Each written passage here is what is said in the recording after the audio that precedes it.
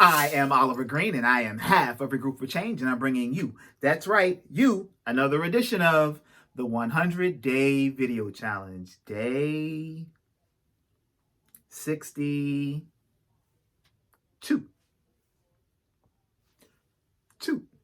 I want to see if I could do it again. Make it count. Have you figured out how to make it count?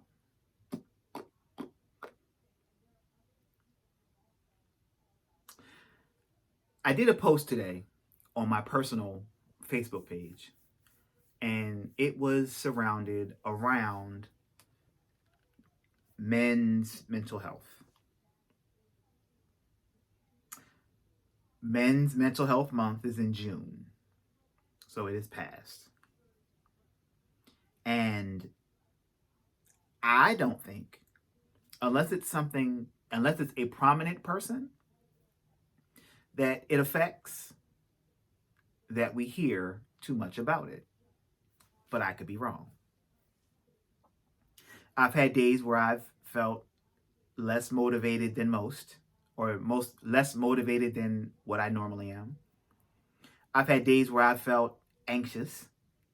I've had days where I've not wanted to get out of bed, and I would just say just because. So I'm not saying that I've never been diagnosed with any mental health disorder. And it's kind of ironic that I'm talking about this because in my past history, I used to be a mental health therapist. And when I thought about it, guess who there was a big number that was present? Adolescent males, black and white. So 10, 11, 12, and then the teenagers are being diagnosed with anxiety or ADHD or what have you, depression.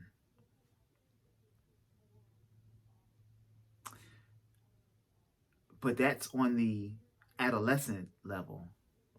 How many men do you know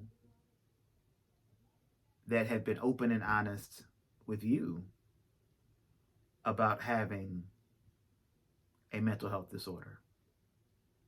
I know I might not be, because that's that ego thing. If I tell you, because how I grew up, I was told if you cry, if you a boy, you cry, you a punk.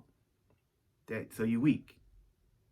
So if I go with that throughout my life, I'm not telling anybody that I have a mental health disorder. No burr. So then what happens to it? It stays inside. And it goes and goes and goes and goes, and it doesn't get out. And I harbor it. And it just builds up until one day something triggers it.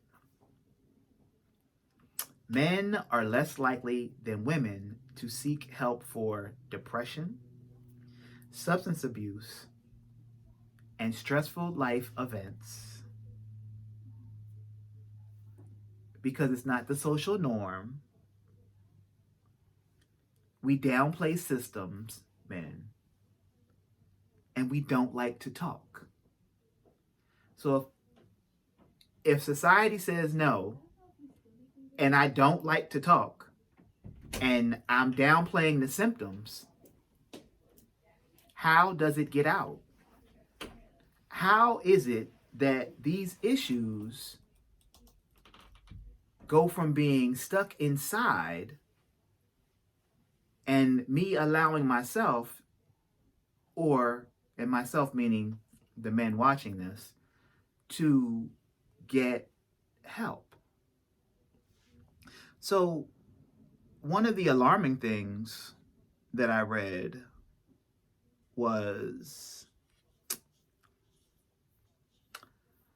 suicide is the 7th leading cause of death among males.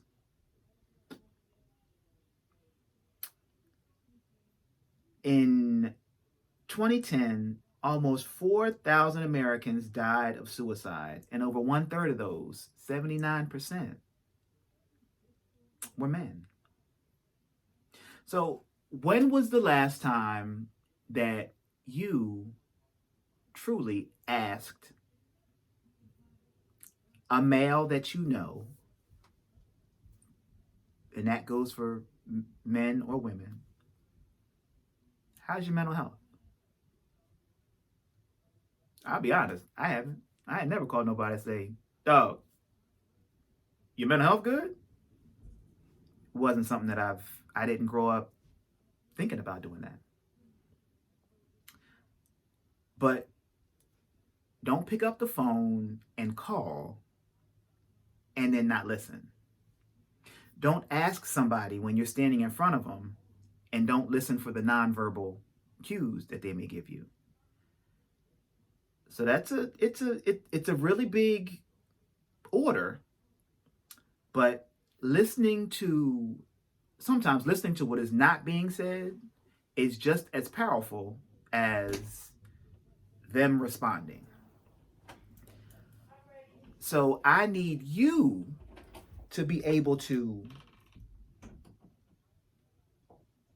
be ready to help.